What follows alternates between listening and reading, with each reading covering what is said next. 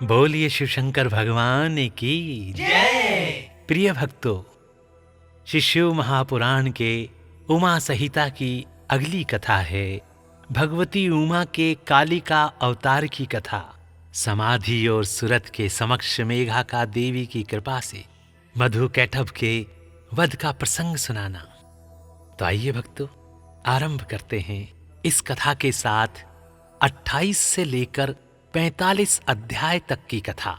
इसके अनंतर छाया पुरुष, सर्ग, कश्यप वंश, मनवंतर, मनुवंश, सत्यव्रतादि वंश, पितृकल्प तथा व्यायोत्पत्ति आदि का वर्णन सुनने के पश्चात मुनियों ने सूत जी से कहा, ब्रह्मवेताओं में श्रेष्ठ सूत जी, हमने आपके मुख से भगवान शिव की अनेक इतिहासों से युक्त रमणीय कथा सुनी, जो उनके नाना अवतारों से संबंध रखती हैं तथा मनुष्यों को भोग और मोक्ष प्रदान करने वाली हैं।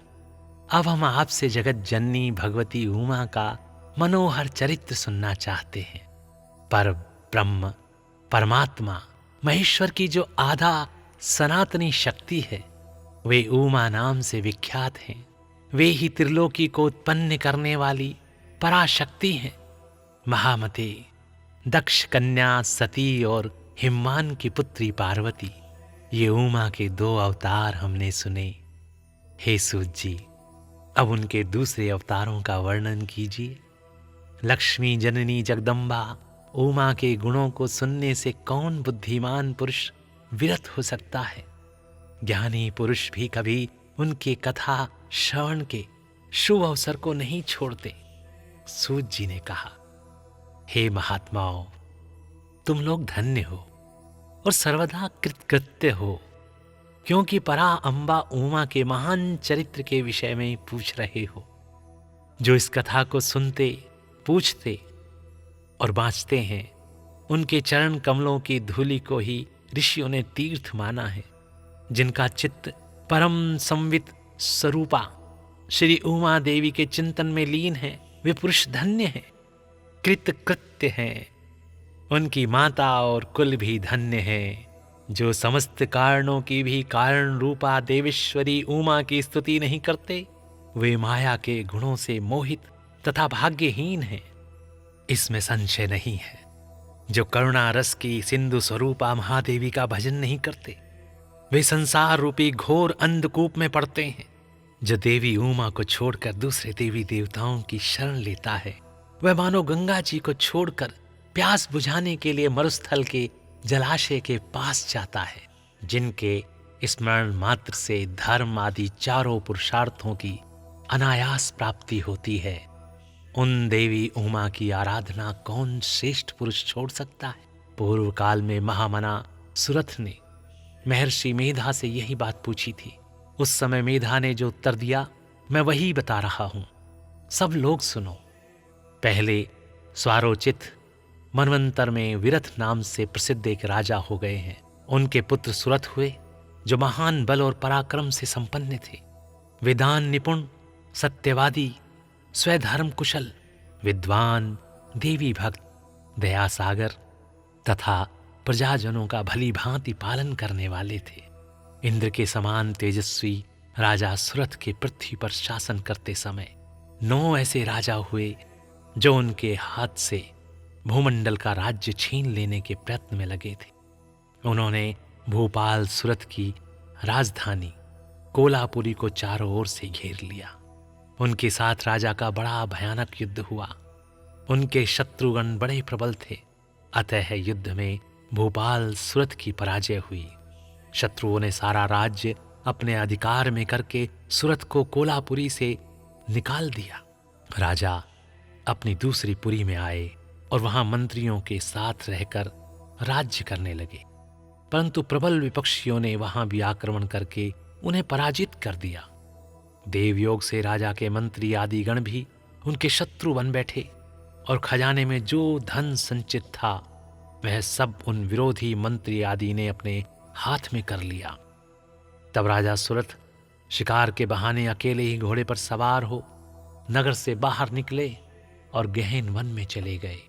वहां इधर उधर घूमते हुए राजा ने एक श्रेष्ठ मुनि का आश्रम देखा, जो चारों ओर फूलों के बगीचे लगे होने से बड़ी शोभा पा रहा था।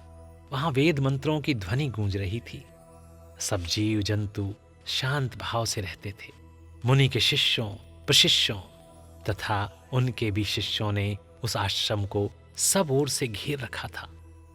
हे महामते, विप्रवर मेधा के प्रभाव से उस आश्रम में महाबली, व्याघ्र आदि अल्प शक्ति वाले गौ आदि पशुओं को पीड़ा नहीं देते थे। वहां जाने पर मुनीश्वर मेधा ने मीठे वचन, भोजन और आसन द्वारा उन परम दयालु विद्वान नरेश का आदर सत्कार किया।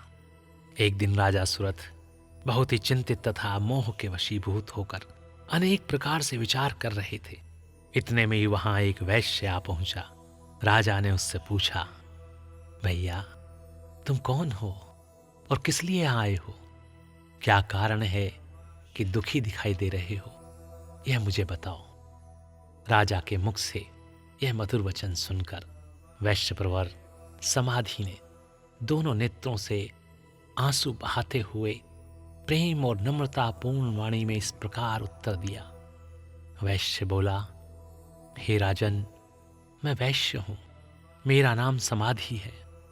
मैं धनी के कुल में उत्पन्न हुआ हूं, परंतु मेरे पुत्रों और स्त्री आदि ने धन के लोभ से मुझे घर से निकाल दिया है। अतः अपने प्रारब्ध कर्म से दुखी हो मैं वन में चला आया हूं। करुणा सागर प्रभु, यहां आकर मैं पुत्रों, पौत्रों, पत्नी, भाई, भतीजे तथा अन्य सुहृदों का कुशल समाचार नहीं जान पाता। राजा बोले, जिन दुराचारी तथा धन के लोभी पुत्र आदि ने तुम्हें निकाल दिया है, उन्हीं के प्रति मूर्ख जीव की भांति तुम प्रेम क्यों करते हो?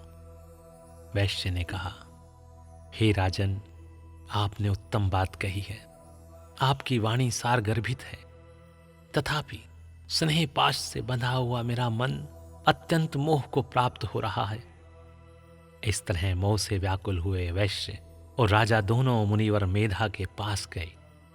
वैश्य सहित राजा ने हाथ जोड़कर मुनि को प्रणाम किया और इस प्रकार कहा, हे भगवान, आप हम दोनों के मोह पाश को काट दीजिए। मुझे राज्य लक्ष्मी ने छोड़ दिया और मैंने गहन वन की शरण ली, तथापि राज्य छिन जाने के कारण मुझे संतोष नहीं है। और यह वैश्य है जिसे स्त्री आदि स्वजनों ने घर से निकाल दिया है, तथापि उनकी ओर से इसकी ममता दूर नहीं हो रही है। इसका क्या कारण है बताइए। समझदार होने पर भी हम दोनों का मन मोह से व्याकुल हो गया। यह तो बड़ी भारी मूर्खता है। ऋषि बोले, हे राजन, सनातन शक्ति स्वरूपा जगदम्बा महामाया कही गई है। वे ही सबके मन को खींचकर मोह में डाल देती है। प्रभु, उनकी माया से मोहित होने के कारण ब्रह्मा आदि समस्त देवता भी परम तत्व को नहीं जान पाते। फिर मनुष्यों की तो बात ही क्या है। वे परमेश्वरी ही रज, सत्व और तम, इन तीनों गुणों का आश्रय ले समय अनुसार संपूर्ण विश्व की सृष्टि, पालन और संहार करती है।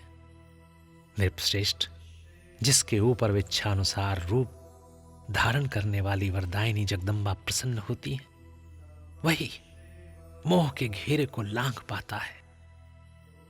राजा ने पूछा, हे मुने, तो सबको मोहित करती हैं वे देवी महामाया कौन है और किस प्रकार उनका प्रादुर्भाव हुआ है? यह कृपा करके मुझे बताइए। ऋषि बोले, जब सारा जगत एकार्ण के जल में निमग्न था और योगेश्वर भगवान केशव शेष की शैया बिछाकर योग निद्रा का आश्रय ले शयन कर रहे थे, उन्हीं दिनों भगवान विष्णु के कानों के मल से दो असुर उत्पन्न हुए, जो भूतल पर मधु और कैटब के नाम से विख्यात हैं। वे दोनों विशालकाय घोर असुर प्रलय काल के सूर्य की भांति तेजस्वी थे। उनके जबड़े बहुत बड़े थे। उनके मुख दाढ़ों के कारण ऐसे विकराल दिखाई देते थे मानो संपूर्ण जगत को खा जाने के लिए उद्धत हों।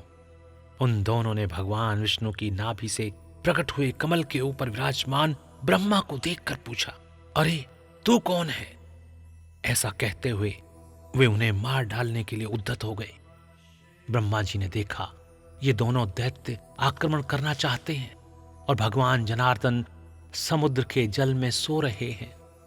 तब उन्होंने परमेश्वरी का स्तवन किया और उनसे प्रार्थना की, हे अंबिके, तुम इन दोनों दुर्जन असुरों को मोहित करो और अजन्मा भगवान नारायण को जगा दो। ऋषि कहते हैं, इस प्रकार मधु और कैटभ के नाश के लिए ब्रह्मा जी के प्रार्थना करने पर संपूर्ण विधाओं की